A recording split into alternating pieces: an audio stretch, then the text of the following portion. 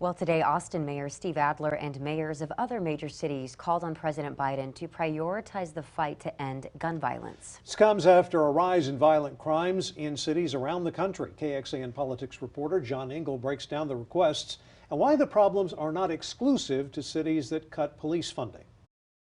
There are just too many guns. Austin Mayor Steve Adler joining 26 other mayors in signing this letter to President Joe Biden. They're calling on the administration to put its full weight behind federal universal background check legislation. Most of the action that would be necessary to prevent the proliferation of guns is not something that can happen at a local level. Data from the Major Cities Chiefs Association shows homicides are up in Austin, but they're up in Dallas and Houston too, cities that have increased funding for police in the past 2 years, and in Fort Worth, the last Republican-controlled big city in Texas.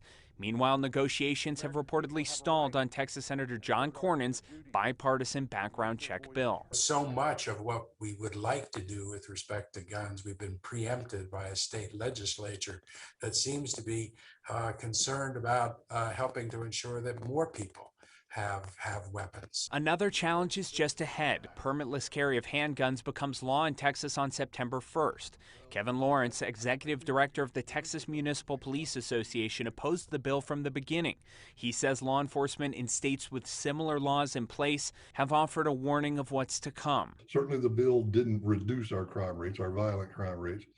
Our applications for licenses went down, and the jobs of our law enforcement officers became more difficult and more dangerous because the public doesn't understand the law.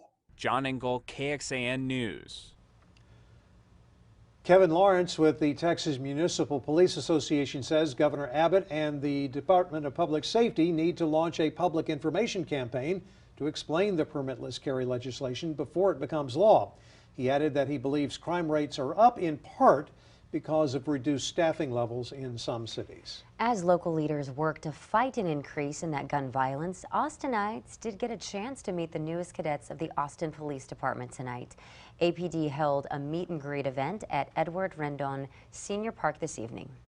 This is a great opportunity for the public to come out and get to meet the future police officers that will be hitting the street next year, see how we have changed the training, and that we're really